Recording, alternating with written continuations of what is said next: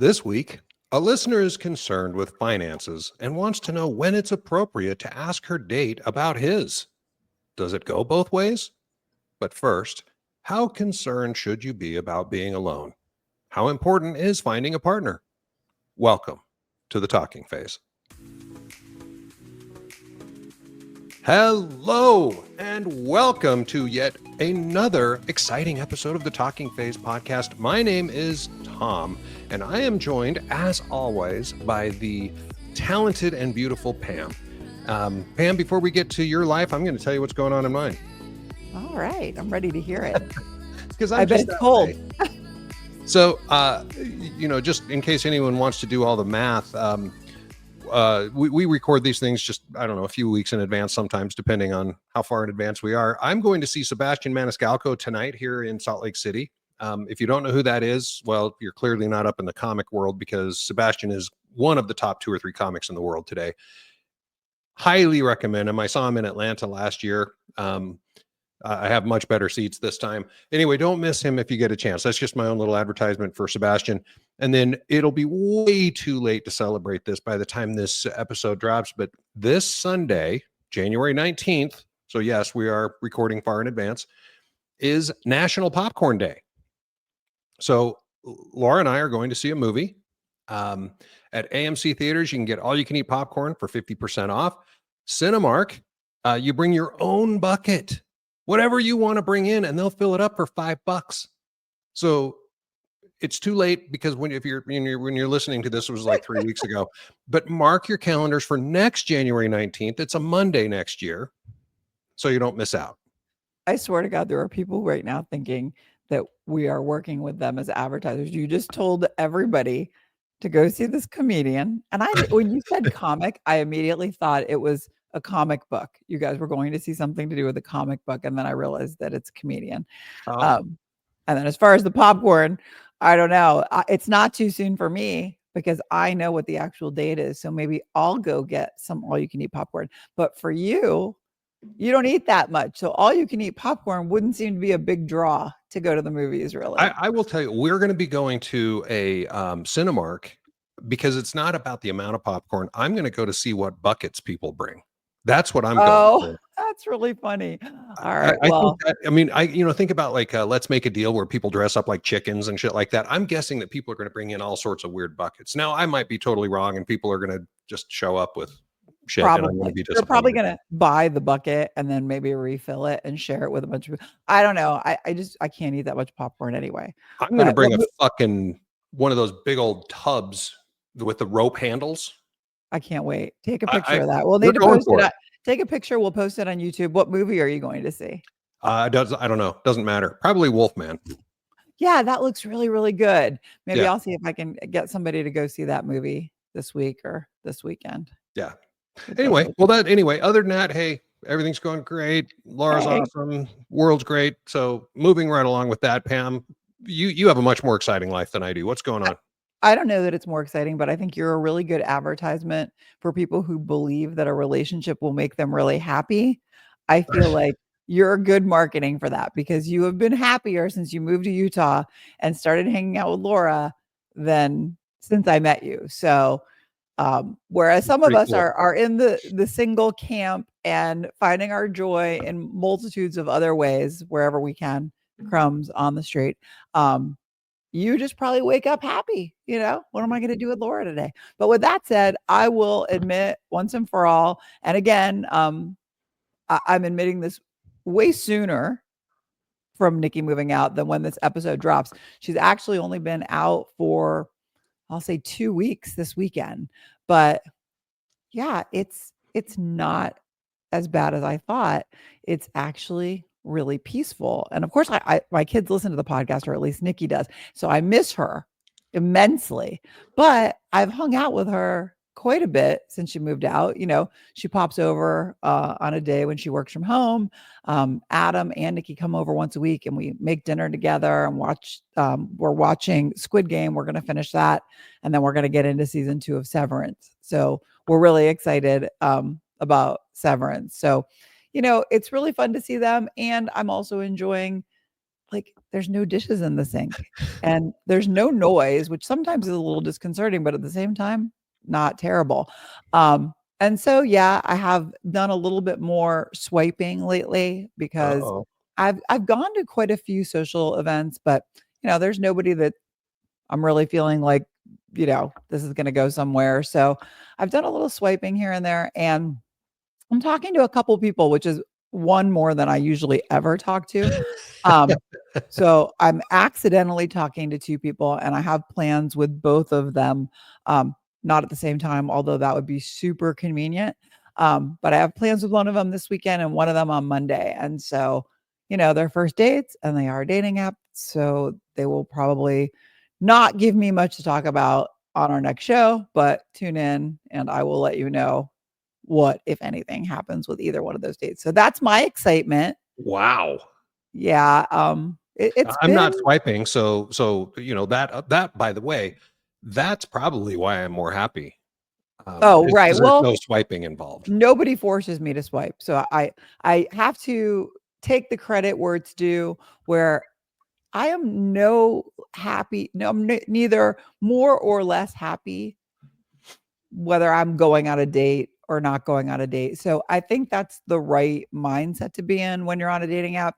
I don't feel any pressure. I don't feel any, overwhelming need for one of these 2 people to be somebody that I have a relationship with. It really falls firmly into the it is what it is category. And that's the only mindset to attack these dating apps if you're going to use them. Uh, so yeah, just kinda taking it one day at a time, Good for whatever you. happens, That's the only happens. way to be. Yeah, I was thinking while I knew I was gonna talk about having an empty nest today, I have spent a lot of time over the last couple weeks really thinking and reflecting on my feelings in general and why leading up to her moving out, a lot of my friends were saying, "You talk about it all the time. Wow, you know, why is this such a huge deal?" Because their kids left home a long time ago. Mhm. And I've always been so scared of being and living alone, just that word alone, that Right. now that here I am 2 weeks into it feeling fine, I have had to have some super self-realization about how I got from pretty terrified to pretty peaceful, feeling pretty good about it. And it made me look back on the last year of my life and some of the things that I've done since Nikki started dating Adam. And I knew it was going to be serious. And I knew that they were talking about moving in together probably 6, 7, 8 months ago. They've been talking about it and kind of, just debating when, but not if. And so I look back on my last relationship, which anybody who listens to the show knows it was a long distance relationship. And they also probably know, because I've said it so many times, that that's probably the only thing on my absolutely not list, um, is long distance, mainly because I really enjoy immediate gratification. And so, like, if I'm seeing somebody and it's Tuesday and we're both bored, I want them to be able to come over and have dinner and watch a show or watch a movie or go out, whatever. And you Or can't fuck. do Come on. or I or that, yeah, just to have a person. But, to get to that level for me, it would have to be somebody I was in a relationship with. So that's a long ways off at this point anyway. Um, so yeah, I went ahead and ignored my biggest deal breaker and went into a long distance relationship with somebody that I liked, a great person, somebody that I really felt we had a lot in common with. But I think the main reason I broke my big rule was because I would rather be in any relationship than think about being alone. Mm. And we had talked about living together and him moving here. And in my head, I was already thinking, well, this relationship will just take the place of Nikki when she moves out. And that way, I don't ever have to be alone. And Wow. so, yeah, even after like 3, 4 months of dating, and I knew that there were a lot of things we didn't see eye to eye on, we were still talking about the holidays. And this was back in October. We were talking about Thanksgiving and Christmas and New Year's and all of these things. And all I was thinking to myself was, I won't be alone. Somebody will be here. She'll move out and then he'll be in the area and Oh, then he'll move in. And it was just in my mind, it was this perfect plan. And I never even really thought about, do I want to live with him? Do I want this to be, a forever relationship? All I thought about was myself and my own fear of being alone. So it had really nothing to do with the relationship, which was unfair to him and unfair to myself. But I've never been alone. I say that again and again. I'm sure I have met a dozen people who have said, even now in their 40s and 50s, they too have never lived alone. mhm. Um, I was willing to overlook all of my feelings and sacrifice the needs that I wanted to be met that I knew weren't going to be met by this relationship, just so that I wouldn't have to face that fear. And in hindsight, which is of course 2020, I was a fool. And luckily, he knew also that we weren't a good match romantically, or it's possible that I would have just stayed to avoid facing that fear. And Huh. if I had stayed just to avoid facing that fear, I wouldn't be sitting here today saying, you know what? This isn't as bad as I thought it would be. For the first time in my life, it's kind of nice. I don't hate it. So that's what I That's thought we could talk about today. you want to talk about that? Okay. I think it's a really fascinating topic because I think we talked about it a few weeks ago. That I mean, I remember moving to Florida a few years ago and walking into my condo going, "Holy crap, I'm 51 or 52 years old, and this is the first time in my life I've ever lived alone." Yeah. And and it's a weird, it's a strange, and I guess there's a certain amount of fear of living alone, but not living alone necessarily. I mean, yes, living alone, but it's also remaining alone, right? That's the fear that I think a lot of people have. I had I that agree. fear, um, and I've made TikToks about this. Oh, and when this drops, I guess we'll know if TikTok survived. But Yeah, that's um, true. um, but I've made TikToks about. I was terrified of dying alone. Um, and I never thought about living alone. It was the dying alone part. And I got all these people on TikTok going, "Oh, you're an idiot. Everybody dies alone." It's like, what? Not everybody dies alone. I mean, yes, you're the only one that dies generally. Right. You're going on that journey by yourself. Yeah, but if I'm sitting there in a hospital bed holding my wife's hand or my partner's hand, I'm not alone. Right. That's what I have that was the fear that I always had. And I remember talking to my one of my sons who is kind of my he's a very sage, he's very wise for his years. And I was telling him, I'm scared of dying alone. And he said, "Dad, here's the thing. You could meet the perfect woman tomorrow in every way, and you guys could be together for the rest of your life. There's a 50-50 chance that she's going to die before you. And so you die alone anyway. Why are you so freaked out about something that you have literally no control over?" And that That's a was good a point. really, really like a watershed moment for me. That I was trying to control something that I had no control over or very little control over. And so that really helped me to kind of go, holy shit, I don't need to try to control this and be freaked out about it. What are your Well thoughts? ironically, while you were talking about that, I was thinking, I've never thought I've never thought about being scared of dying alone, because I know that when my time comes, unless I am physically alone, which was what crossed my mind, is that when you're living alone, you need to carry your phone with you everywhere you go. It's like one of those buttons that the old people I guess we are kind of the old people, when you Yeah. see the ad and it's like, you know, I've they have fallen this and I can't get up. yes, so funny. It's been around for it's been along long enough for me to be like, God damn, who would wear that? And then I'm like, oh, well, thank God we have these phones. But like, if you fall down the stairs, or if you wake up in the middle of the night sick, or, I have those things still cross my mind. I like the peace, but like right now I'm nursing a little bit of a pinched nerve. And last time this happened was like 3 years ago, and Nikki was here, and, she was talking to me and bringing me things. I didn't have to carry anything or lift anything or pour anything, you know. And if I tried, she would be like, "Don't you do that," because I would screw up a trip that was coming and she wanted me to heal. And, when you're living by yourself, especially as a woman, you don't have the strength of some. I don't have the strength of most men. I mean, I'm tall, but I'm not strong. So there are some things that it's like a little bit discombobulating, like that if you need something done, you have to like call a handyman or ask a friend. And luckily, I have a couple guy friends that help me out. But like you are in essence, if you're single and you're living by yourself, you are alone. But that feeling that for the first time in my life, yeah, something could happen and I would be alone and I would have to figure it out. Um, but I think that I'm figuring it out. Mhm. And it's kind of embarrassing to admit to myself that my entire life I've been maybe not scared of being alone, but scared of not being in a relationship. And I haven't felt that way for years now. Since my divorce, I maybe right after the divorce, there was a year where I was like, oh my God, I need to get right into a relationship. And I had a couple, no, no good relationships.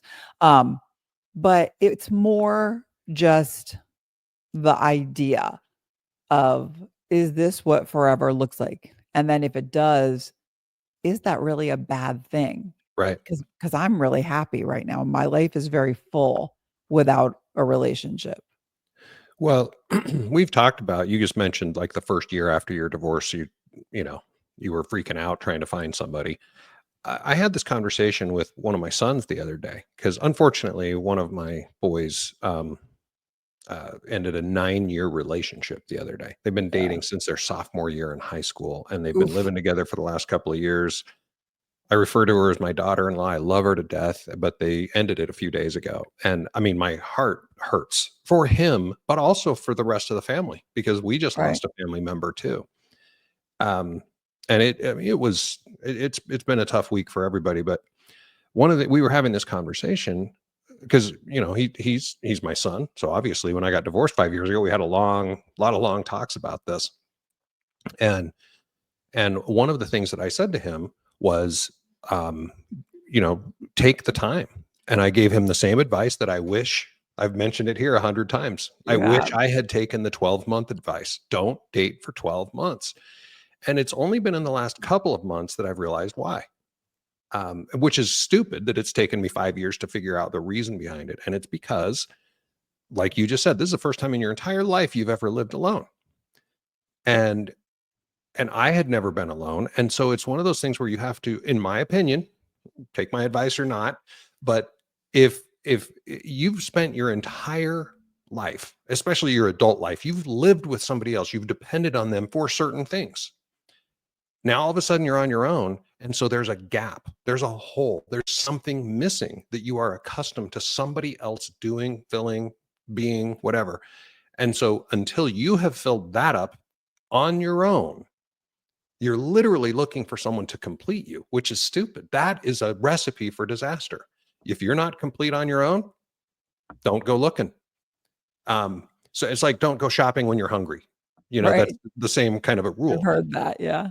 Wait until you've completed yourself and then you enhance yourself, not complete yourself. That's just, and it took me, I'm an idiot, so it took me longer than most. Um, so what, almost 5 full years it took me to realize I didn't need somebody in my life. I wanted somebody to make my life a little bit better rather than filling a gap that my ex-wife left. I didn't even realize I was still trying to fill. Well, they don't call it a rebound for nothing. Right. Rebound, and there's always that saying, the best way to get over somebody is to get under somebody new. Have you not heard that? Yes, I have. And I'm not So sure I agree with it, but no, I mean, and I think a lot of times they're just talking about, a friends with benefits situation or something casual. I don't wholeheartedly disagree with you on the 12-month stance. I think the idea of it is well grounded and well thought out, but I do sometimes think that life brings somebody into your life when it's going to bring somebody into your life. And if you are so regimented as you are with your list and with this 12-month rule, if you're so regimented that you are not allowed to look outside of those restrictions, then somebody who might be perfect for you could wind up with somebody else. And maybe they're perfect for that person too, but that doesn't help you. So I would never give somebody that advice. I think that what you said about needing to be happy on your own is 100% true. And I think that most people are guilty of moving too quickly from one relationship to another to dull the pain of the loss, even if the relationship was bad. I was married for almost, 18 years. And when we got divorced, I also dated very quickly. I can't say that I would have done it any differently. In a perfect world, I maybe would have met somebody in that first year that I feel like I spent so many years married when I should have been divorced that like I had already wasted 5, 6, 7 years trying to save a marriage that was unsavable. So I didn't want to waste any more time, but I also didn't meet anybody that I would want to marry or have a long relationship with. So I'm going to give you an analogy, and I'm warning everybody. Feel free to skip forward a minute or two if you don't like Tom's really bizarre analogies, because this one is probably the worst one I've ever given. So I'm giving fair warning to you, Pam, and everyone out there. I have to go. Yeah.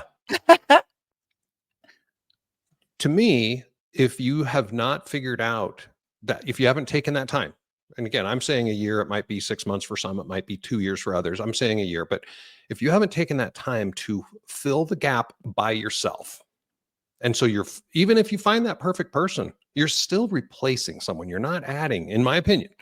And I want you to think about it this way. If you had a child and you lost that child, Mm. and you started cranking out a baby to replace the child you lost, is that the right way to do it? Or are you looking to enhance your life with a new child? Does that make sense? I mean, it does. I think it's apples and oranges. That's like people who lose a dog. I have a friend that, it's a high school friend that I just see on Facebook, and her dog died last week. And today I saw that she had a new dog. My mom lost a dog and then went right out and got a new puppy. I do think that sometimes you're not trying to replace, you're just trying to numb the pain. And if the love of somebody or something else will help you do that, I think it's an individual thing. I know Yeah. the baby thing, I mean, no, I'm not gonna but Okay. I do think the baby thing, people do get pregnant right again when they lose a child a lot of times. Well, yes, but I mean, let's go back and say it's not even a baby. I mean, even the way you introduced this topic, you were Right, willing to stay in a less than perfect relationship because you didn't want to be alone. You were about to lose your baby, so to speak. right. And you were like, oh, this isn't a great relationship, or it's not fulfilling me, but at least I won't be alone. I don't think that's the right way to have a relationship. And I'm Oh, afraid that if you don't give yourself time, then that's exactly what you're going to be doing. well, you're 100% right about the relationship. I just can't your particular comparison as a mom, like, I can't compare the loss of Yeah. my daughter moving out to something tragic. Okay. Not Um my best analogy. Okay. Well, I did get your point. I think that we do move quickly. I mean, so that relationship ended, let's say, 3.5 months ago. So are you saying that in we dated for 6 months? Should I have waited a year after that relationship before I started dating again, looking for another relationship? No, to me, it's more about if you've been married or in a long-term relationship. I wouldn't call a 3 or 4 month relationship a long-term thing. I'm looking Right. like my son. He's been with her for 9 years. Yeah, that's a long time. That's he doesn't even remember life without her anymore. And that's what I mean is when you've built a life with someone, a- and now all of a sudden your life has been, quote, cut in half. I mean, she's gone or he's gone. Right. You've got to figure out how to fill that gap. And you're either going to fill it with someone else or by Right. yourself. And Right. I just don't think it's a healthy way to do it, to fill it with someone else. Well, I cannot disagree with you. I mean, like, it is healthier to become whole on your own, find your happiness, make friends, get out there, find a hobby, find things that fulfill you that are, I mean, we've heard this from how many actual experts, that you should find something that fulfills you and don't have it be another person. I just actually saved a video to send to somebody today. It's Matthew Hussey. You know who he is on TikTok. He's actually, I think he probably has podcasts. He's very relationship coach.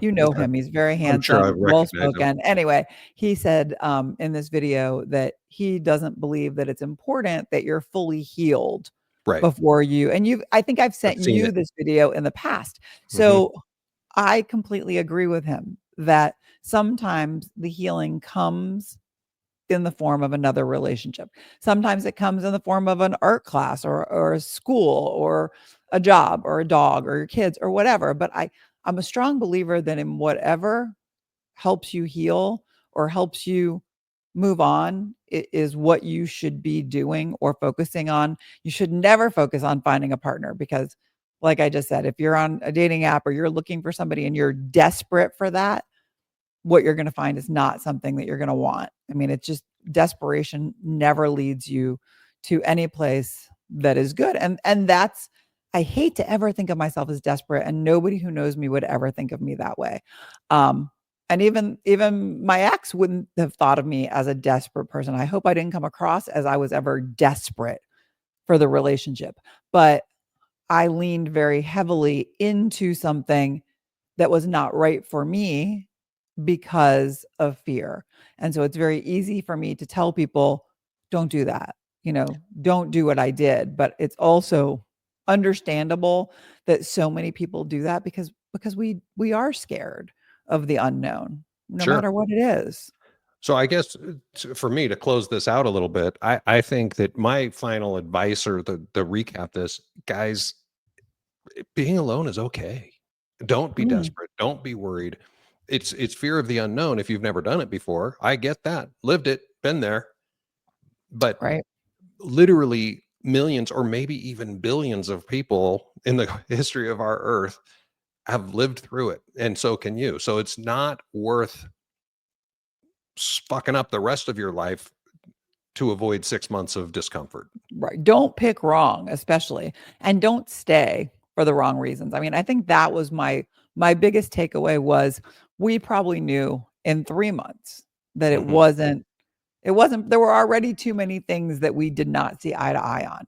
And I just kept saying it's to myself, it's not a big deal. It's not a big deal. This is not a big deal. This is not a deal breaker. It's not a big deal. In the 2 weeks since I've lived alone, I've thought about those things quite a bit. And I've also thought about things that I have tolerated living with my kids. And I have said, I miss them. I love them, but I'm happy. Yeah, sometimes when I go to sleep at night, I lock the door to my bedroom and I turn the alarm on and I leave the light on outside the house. I never did that before. And I have a loaded gun in my house, which is actually hard for me to believe. It wasn't mine. It's a gift from somebody who taught me how to shoot it, and I didn't ever want it in the house, and now I'm really glad to have it. Yeah. So, I'm changing during this time living alone, and I'll live alone for a long time, maybe forever, depends on what happens next, but I know now that it's okay, and I'm not alone. I mean, yeah, I'm living alone, but I went out with friends last night. I had a great time. I'm going out with new friends tonight. I'll have a great time. I have a date with somebody tomorrow night, which is Woohoo. I don't ever do a first date on a Saturday, but I didn't have plans and I didn't want to go downtown because I wasn't, I've been not feeling physically my best. And so I made a weekend first date, which is like, Yeah. if we ever do a like an episode about rules and dates and stuff like that, you don't ever waste a weekend night on a dating app date. You just don't do it. I mean, at least I've never done it in all of my years of dating apps. I'm still But going I'm to gonna go back to say that your dating app dates, there's at least some percentage of your failures are due to Pygmalion effect. Um, oh, sabotaging myself, well, no, you self-sabotage. believe it's going to be shitty before you start, Oh, so therefore it's going to be shitty. I disagree. I feel like you have to go in with very low expectations, and if you don't, they have no chance of exceeding them. And if That's a they do, glass half full versus glass half empty right yeah, there. If and if you've ever and if heard it. they exceed my expectations, I will be thrilled, and I have been shocked and surprised on more than one occasion because Yeah, I they just think it's funny. exceeded. In our shows, you said, I won't shave. I don't want to put on any nice clothes. I won't give them a weekend night. I It's won't spend Saturday more than night. a half an hour with them. I mean, you've given all these things like, yeah, fuck these things. And I only swipe while I'm taking a shit. I mean, even Yes, like, because it's been almost 5 years of swiping and really just disappointment after disappointment, and so in my mind, having low expectations on a dating app is the best way for somebody to exceed them. And listen, if you're listening to our podcast, you know that we're always asking you to please tell us what you think. I mean, like, if you think Tom's right and you think that if I go into this dating app date thinking this guy's going to be great for me, I have a better chance of him being great for me than if I think he's going to be crap. I didn't say that. Well, it's positive. I said you have convinced yourself that he's a worthless piece of shit before I you didn't even that know. he's not worth a weekend night. He's not worth me shaving. He's not worth me putting nice clothes on. You've already made it very clear that this person is not worth it just because of the way you met him. But in my defense, I don't need to shave because he's not gonna touch my legs this winter, and I always put on I think I always try to look my best even if I don't dress up because, a dating app first date, whether it's for coffee or something, I'm not dressing up for that. So you could be right, but I'm gonna keep doing it this way, That's and fine. maybe someday somebody will exceed my expectations. Yeah. That would be great. I've Let me used know the what word. you think in the comments, you guys. Yeah, let's do that. Yeah, let's. By the way, thinking of comments, you guys, this last week we've had several really great comments. You've left some great comments and some great messages. So thank you for that. So this is my weekly plea to keep doing it. We love them. So if you've already sent us a comment, that doesn't mean you can't do it again. Please keep commenting because the platforms, the podcast platforms love that crap. And that's what helps us grow the Talking Phase family. Please keep them coming. So I think we're ready to move on, aren't we? I'm ready. Mail. Now that you've berated me on how I handle my dating app dates. Let's move on. All right, here we go. Hi, Pam and Tom. I recently met a guy and things have been going great. We've been talking a lot and I really like him. He's funny, charming, and we seem to click on so many levels. But here's the thing, based on a few subtle hints, I'm starting to get the impression that he might not have any savings and could even have bad credit. Ooh, Oh, yeah. Well, and she's probably our age. gold digger. I know. Oh, I didn't think that. I know finances aren't everything, but they do play a role when it comes to building a future with someone. He's divorced and has adult kids. He rents and drives a pretty old car. We have been out a few times to inexpensive places, but he does always pay. So I'm left wondering at what point in a budding relationship is it okay to have a real conversation about finances? Is it too soon to ask if he'd be open to sharing his credit report down the line? Whoa. And should I consider doing a background check before things get more serious? And here I'm automatically going to tell her just go to Are We Dating the Same Guy Right. before you do a background check. I don't want to jump the gun or make him feel uncomfortable, but I also want to be practical and ensure we're on the same page about money and responsibilities. When is the right time to address finances in a relationship? Looking forward to your insights. Thank you. Money matters. Well, she was honest. Money matters. I guess Yeah, that's it sounds double, like it's all double that matters. entendre though, huh? Yeah, sounds like it's all that matters to her, to be honest. Yeah, I don't know.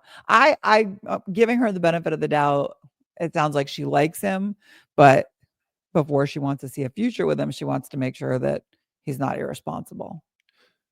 So I'm going to jump in and tell you, first off, I'm a little bit disgusted by her, and I know you're going to defend her, and that's fine. That's what we do here. That's And what we do here.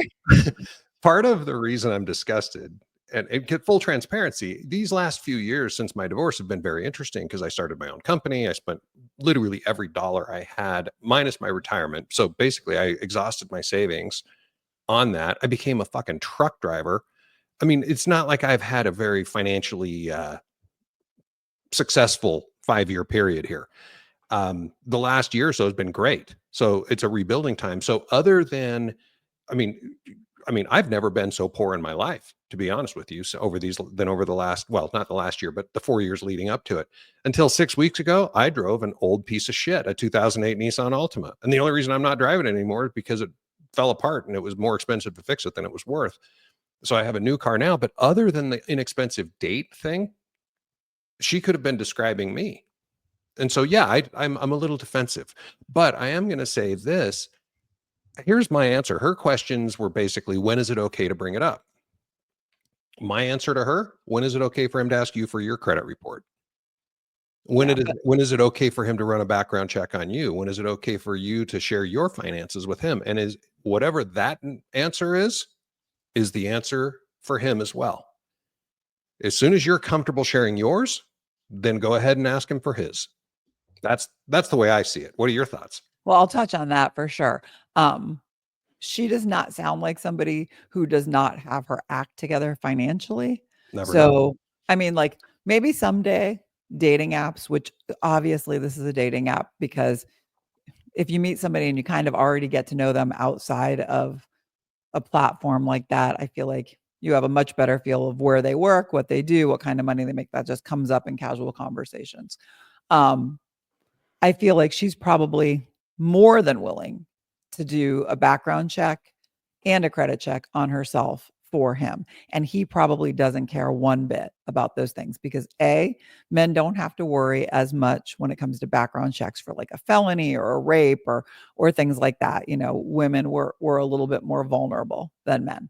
And when it comes to money, you know, I think you can generally tell like if I'm talking to somebody and they're like, yeah, I rent a room in a house, they probably have less money than somebody who says, yeah, I own a home. And, you know, I've had plenty of men say to me, you know, where do you live? Oh, do your kids live with you? I can tell that like we want to know the answers to these questions, but most people are pretty subtle about it.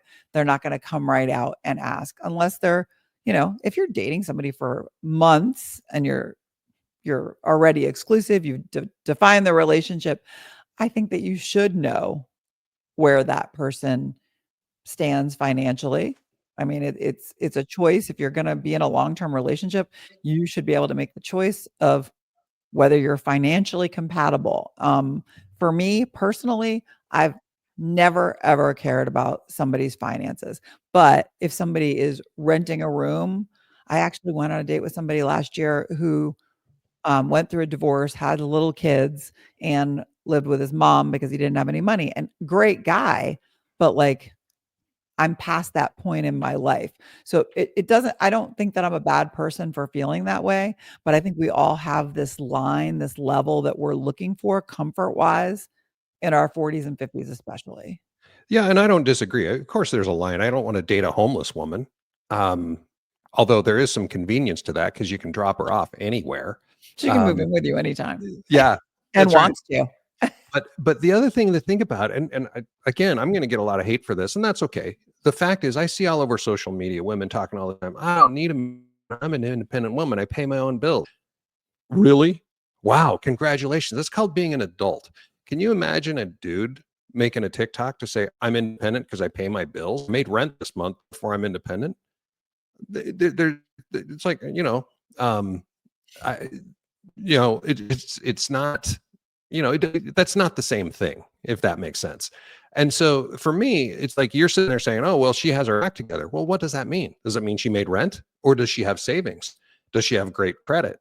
Um, she's asking, does he have savings? Does he have good credit? Well, does Was she? she? Hold on. Let me go back up to that. Was she asking that? She did say she didn't think That he had um any savings? that he had. Well, I mean, I'm left he might not have savings, could even have bad credit. I mean, I don't know how important savings is. You know, but here's somebody Well, who, it's you to know, her. for me it's such Clearly a it is to different. her. Right. I mean, it's people who are looking to get remarried. Um, you know, if she's coming in with a lot of money, but that's why they invented prenups, for God's sake. If you're looking to get remarried and you're worried that you have a lot more money than he does, if he loves you, he'll sign a prenup. And Mhm. if he is in it for the money because you have a lot and he doesn't have a lot, then he won't sign a prenup and you should dump him right away. I mean, that's how I feel as far as prenups go. But just dating and just getting to know somebody, I don't believe that that's the time to even bring up finances. He's taking you out. He's paying the bill. If you want to go someplace nicer and this relationship sounds like it's kind of new, then split the check. You know, if you think that he can't afford a nicer restaurant and that's what you want, split the check. And maybe he won't even let you split the check. Maybe he has more money than you think. Maybe, you know, and I've heard of this happening. You know, people like even like you, Tom, driving an older car, but you know, making a nice income, it's possible that she's wrong. And so if it's really important to her, you know, I can't fathom, I can't even help you figure out how to say, hey, how much you got in the bank? What's your credit score? I mean, like, I can't imagine it because I've never done it and it doesn't come into play for me. Um, but if I wanted to get married again and I was dating somebody that I thought was bone poor, I would probably want to know what the financial situation was. I'd want to at least make sure we could split the freaking bills. Yeah. And then, if I wanted to get remarried, I would just have a prenup. So like she's asking like a pretty straightforward question of dun dun dun of when is the right time to address finances in a relationship? When it's very serious. And when you know that like if this guy's your person and he makes you happy, God, I'm going to be honest, if I meet that person and like they make me happy and I love spending time with them, it doesn't matter to me how much money he has. Like that just doesn't matter to me. And as far as a background check, like I just said while I was reading the letter, definitely I do check people on are we dating the same guy? I don't care if somebody says, "Oh, he ghosted me," or he didn't talk to me or blah blah blah. I don't care about any of that. If they have receipts and proof that um he's doing bad things to women, I just unmatch right Sure. away. I just feel like if you're using that site, then you have to take it for what it is. A lot of women are spurned in there, but there's a lot of really good information in there also. And if you want to do a background check, just do a Google search on him. You'll find out where he works. You'll maybe find his Facebook and some other things. I'm a pretty good PI when I'm dating somebody. I Sure. can find Social their Facebook. stalking is a really great tool. Yeah, I look at that. It has nothing to do with money or background. I look at that just to see how old their pictures are. And I can't tell you how many times I go on Facebook and find the guy and it's their profile pic that is their main picture on a dating app and that pic is 10 years old. And you Right. would never know that if you didn't find their Facebook and I hate that. Yeah. Like It's we've one of talked my about pet that. peeves. Well, my So, bottom line for how to choose money matters or money's all that matters. Um, she didn't uh, say money's all that I matters. know that's me. I'm saying that, but again, it Oh, it's you. seems to Okay. me like that's her biggest concern. But here's the deal. My response to her she asked the question, when is it okay? And in my opinion, it's okay as soon as why don't you show up to your next date with your credit report and a background check and your bank statement and say, here's mine. Now show me yours. You And if better not like him. until you're willing to do that, then you better not be asking him for that same thing. You better not like him if you do that. If Yeah. you I mean, if this is like your 3rd or 4th date, God, if you've been dating for 2 months and you guys haven't DTR'd yet, like, and you bring up wanting it to do I mean, I don't know, pay to do a background check. By now you should have his last name. He doesn't even have to know. If it's that important to you, do a background check. Honestly, in today's day and age, it's probably a good idea to do a background check. Um, yeah, I don't have a I problem mean, with the background check. For me, it's just again, if she's not willing to share hers, then she has no right to ask for his. That's just my opinion on that. are there dating apps where you have to have a certain amount of money to be on them? Not that I sure hope not. Well, you have to I be don't able to know. pay the bill But if you're on maybe a that paid should app. be maybe she should add that, this is clearly important to her. Maybe she should add that to her profile. Oh Looking for yeah, somebody must be who willing to is share your credit report within the first 2 dates. well, I was thinking more in lines with must be financially successful, you know? Oh, but yeah, but how's he going to prove it? She's never going to believe it because money's all that matters. Okay. Well, I don't know if money is all that matters, but clearly, we feel you feel like a man and I feel like a woman. I mean, like I feel like any guy's going to be like, what the hell's wrong with this woman? And as a woman, I don't care about somebody's finances. Although I'm not going to lie, I almost met a guy.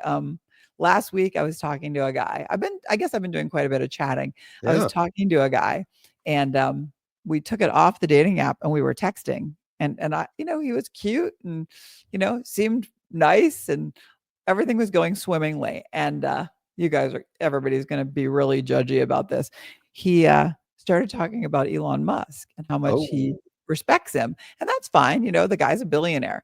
But then he said, I'm going to, I'll meet you for our date and you'll recognize me because I'll be pulling up in Uh-oh. what's it called? The car that looks like a tank. The cyber truck. Yes, he said, "I'll be pulling up in a Cybertruck." And so I didn't know they were called Cybertrucks. And so I was like, "Is that I said, "Are you joking?" It's And a douche-mobile. he said, "No, I'm not joking." And then he sent me a picture of himself standing between 2 cyber trucks in his driveway. And he said, I bought the first cyber truck that came out, and I don't go anywhere that's not in this car. And I was like, wow. I said, I have to be honest with you. I said, I don't hate any car on the road more than I hate that car. Yeah. And he was so bruised, but there was really no way that we were ever going to be able to date, because I No would have way. had to get in that car to go on a date, and I just couldn't muster it. So yeah, I that should was the add end of that that. to my Dating list. apps, low expectations. There you go. So you need to put on your dating app, must not drive a Cybertruck. I won't. I won't. I don't. I try to keep positives on there. But yeah, I mean, we all have a line, and if hers is money and mine is Cybertrucks, you do you, girl. Just ask him whenever you want, but be prepared for him to tell you to fuck off. Yeah, and no judgment from me. I think you did the right thing. Anybody that drives a Cybertruck, feel free to not listen to our show. I feel bad. I felt bad even admitting it, but I asked a couple people, and they were like, no, absolutely not. Even my kids were like, no fucking way. No way. So I no wouldn't even way. want him to show up at your house, like to pick you up on a date. It's Right. like, I hey, I'll couldn't. meet you at a different store, And meet you at McDonald's or it something. was so braggy, and all I could think of was how gross it was. And so like that. So that was a no. So anyway, you guys, I hope we helped. I think Tom's done. Are you done? Yeah, I'm done. I've railed on money's all that matters enough. Okay. Money matters. Thank you for sending us your emails. Believe it or not, we do love hearing from you. You're half of our show, and sometimes you're all of our show, because we get a lot of emails. This one was like a gift for Tom. Yeah. The email address is talkingphase@gmail.com. That's where you send them, talkingphase@gmail.com. I read them all, and then I decide which ones Tom can get his teeth into. I always respond to you. So when you send your email, I will reply, whether it's asking you to do something different for me or letting you know when we're going to read it on the show. So if you have any comments for Tom or me on our opinions today, or you'd like to suggest a topic, or you want to ask our advice, just send in that email, talkingphase@gmail.com. Outstanding. This has been a fun one for me. I got a little Good heated. times. So yeah. So hey guys, Pam, as always, been awesome. You're amazing. Thanks to everyone out there for listening to these two, this old guy and that young lady talking. Take a few minutes if you can. Please share this with your friends and family. Take a minute to rate and review. Of course, money matters, or money's all that matters. What do you guys think? Am I being too harsh, or do you think it's okay? Should it go both ways? And then, of course, your thoughts on being alone. We talked a little bit about being alone. Make sure you give us your thoughts on that. We do this every Friday. We love it. We have so much fun with it. We know we're doing it for fun because we don't make any money at it. So but someday we will. Maybe someday. I tell people we make a ton of money. Oh, really? They're probably wondering why there's no ads. When I listen to our podcast every Friday, and I'll be honest, it's my favorite podcast. I'm always so excited that I don't have to skip through the ads. So someday we hope you will have to skip through the ads. Yes, I hope you don't skip through them, because if they're supporting us, we want you to listen. But yeah, until then, let's keep working on this. Anyway, be sure to follow us everywhere. As of today, we are on TikTok. As of the time you're listening to this, there might not be a TikTok, but we'll see. But follow us on TikTok, follow us on Facebook and Instagram. We're also putting this up on YouTube Shorts. So we're on YouTube, so do all that. So that means we're done until next Friday. Pam and Tom, have a great day, you guys. I hope everybody has a great end of Wait, is it still January? No, happy February. Have a great February and a day, week. See ya. Here.